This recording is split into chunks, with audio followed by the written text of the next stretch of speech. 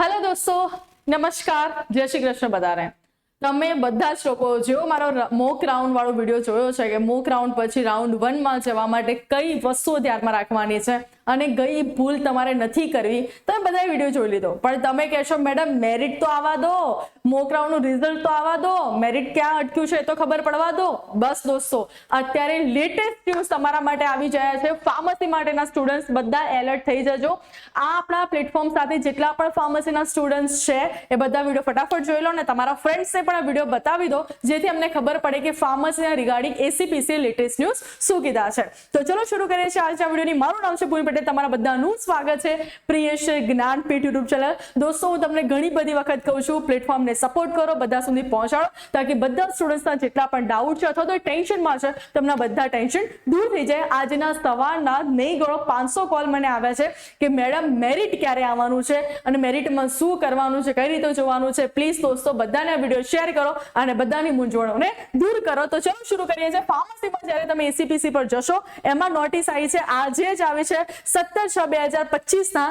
Notice કંઈક એવું કહેવા માંગે છે, જોઈએ તો કે રાજ્યમાં આશરે 110 થી વધારે ફાર્મસીની સંસ્થાઓ આવેલી છે. રાજ્યમાં કેટલી આવેલી છે? 110 થી વધારે સંસ્થાઓ આવેલી છે, જેની આશરે 10,000 બેઠકો જેટલી છે. ઉપરોક્ત બાબતે ધોરણ 12 વિજ્ઞાન પ્રવાહના ગુજકેટ, નીટ અને જેડબલઈ પરીક્ષા આપેલ વિદ્યાર્થીઓ પ્રવેશ માટે લાયક હોય છે. મતલબ તમે ગુજકેટ આપી હોય, નીટ આપી હોય, જેડબલઈ આપી હોય તો તમે ફાર્મસીમાં એડમિશન લઈ શકો છો એના બેઝ ઉપર.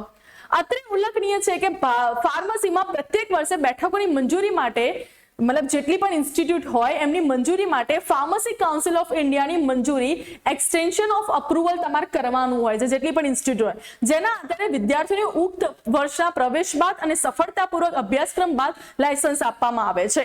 ઉક્ત બાબતે બેઠકોની મંજૂરી પ્રવેશ આપતા પહેલા હોવી જરૂરી છે. એટલે મતલબ તમારે એડમિશન થાય એના પહેલા ઇન્સ્ટિટ્યૂટ પાસે આ વસ્તુ હોવી જરૂરી છે. ઉક્ત બાબતે આ બધું ઉક્ત મજા નહીં આવતી, આપણે થોડું ઇંગ્લિશ વાળું વાંચીએ એટલે થોડું વધારે મજા આવે. So it is important to note here the pharmacy institute receive the seat approval. જેટલી ફાર્મસીની ઇન્સ્ટિટ્યૂટ છે એને શું કરવું પડે? સીટ અપ્રુવલ કરવી પડે. ક્યાંથી અપ્રુવ કરવી પડે? Every year in a form of extension of approval કરવું પડે. એ કોણ કરે છે? ફાર્મસી કાઉન્સિલ ઓફ ઇન્ડિયા કરે છે. મતલબ પીસીઆઈ એમને અપ્રુવ કરે છે કે ભાઈ હા, આ ઇન્સ્ટિટ્યૂટ છે ફાર્મસી માટેની છે. Based on this approval, students are granted admission. જો અપ્રુવલ થઈ જાય તો એ ઇન્સ્ટિટ્યૂટમાં તમારા સ્ટુડન્ટ્સ, મતલબ જે ફાર્મસી સ્ટુડન્ટ્સ છે એમનું એડમિશન ત્યાં થાય છે.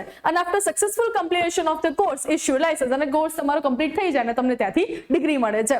For this reason it is necessary for the seats to be approved before admission. એટલા માટે આ બહુ જરૂરી છે કે જ્યારે તમારા સ્ટુડન્ટ્સને એડમિશન થાય એ ઇન્સ્ટિટ્યૂટમાં, એ ઇન્સ્ટિટ્યૂટ જે છે એના પહેલા એમનું અપ્રુવલ લઈ લે. ક્યાંથી લઈ લે? પીસીઆઈ માંથી. For the academic year 2025-6 the pharmacy council of India, મતલબ PCI has granted a new institute approval. ઘણી બધી ઇન્સ્ટિટ્યૂટને પણ ફાર્મસી માટે એમને અપ્રુવલ આપ્યું છે. The approval for existing institutes accepted to be issued soon. જે થોડા ટાઈમમાં થવાનું છે. However as of 16th June 2025 only a few active institute have received the extension of approval. મતલબ થોડી ઘણી ઇન્સ્ટિટ્યૂટને અપ્રુવલ મળ્યું છે, બાકી બધું કન્ટિન્યુ છે, અંડર પ્રોગ્રેસ છે, એટલે એમને ટૂંક સમયમાં મળી જવાનું છે. So and the most of existing institute have not received. ઘણી બધી ઇન્સ્ટિટ્યૂટ અત્યારે મળ્યું નથી, એટલા માટે એમને આ વસ્તુ પોસ્ટપોન કરી છે. મતલબ તમારું મોક રાઉન્ડનું જેટલું પણ તમે વસ્તુ કરી છે, ઘણા બધા લોકો ટેન્શનમાં આવી ગયા હતા કે મેડમ મેં તો ચોઇસીસને લોક જ નથી કરી.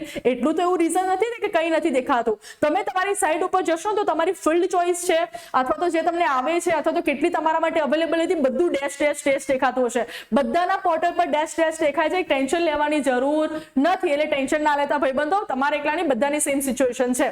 Since the council has not approved these seats, council હજી એમની seats approve નથી કરી. The affiliating universities have not yet completed the affiliation process for this institution. Therefore, at the current stage, admission allocation cannot be carried out. એટલે અત્યારે એડમિશનની જે process છે સ્થગિત કરી દેવામાં આવી છે. એટલે ફાર્મસી વાળા સ્ટુડન્ટ્સ માટે હજી પણ થોડો ટાઈમ છે, મજા કરવાનો, મજા કરી લો. કારણ કે હજી પણ આપણી જે એડમિશન પ્રોસેસ છે થોડી લેટ ચાલુ થવાની છે. જ્યારે પણ ચાલુ થશે, કઈ રીતે ચાલુ થશે, નવેસરથી ચાલુ થશે, રજીસ્ટ્રેશન કરવાનું છે કે નહીં કરવાનું, એની બધી જ ઇન્ફોર્મેશન તમને આપણા પ્લેટફોર્મ પર મળતી રહેવાની છે. તો પ્લેટફોર્મ પર દોસ્તો બના રહેજો. In the view of the these circumstances, considering the recently declared NEET result, તમને ઘણી બધાને ખબર હશે કે નીટનું રિઝલ્ટ રિસેન્ટલી આવ્યું છે. ઘણા બધા લોકોએ જ્યારે ફાર્મસીનું ફોર્મ ભરતા હશે ત્યારે અમે નીટનો પોતાનો એપ્લિકેશન નંબર પર લખ્યો હશે, ત્યાંથી ઓટોમેટિકલી જનરેટ થઈ ગયો હશે.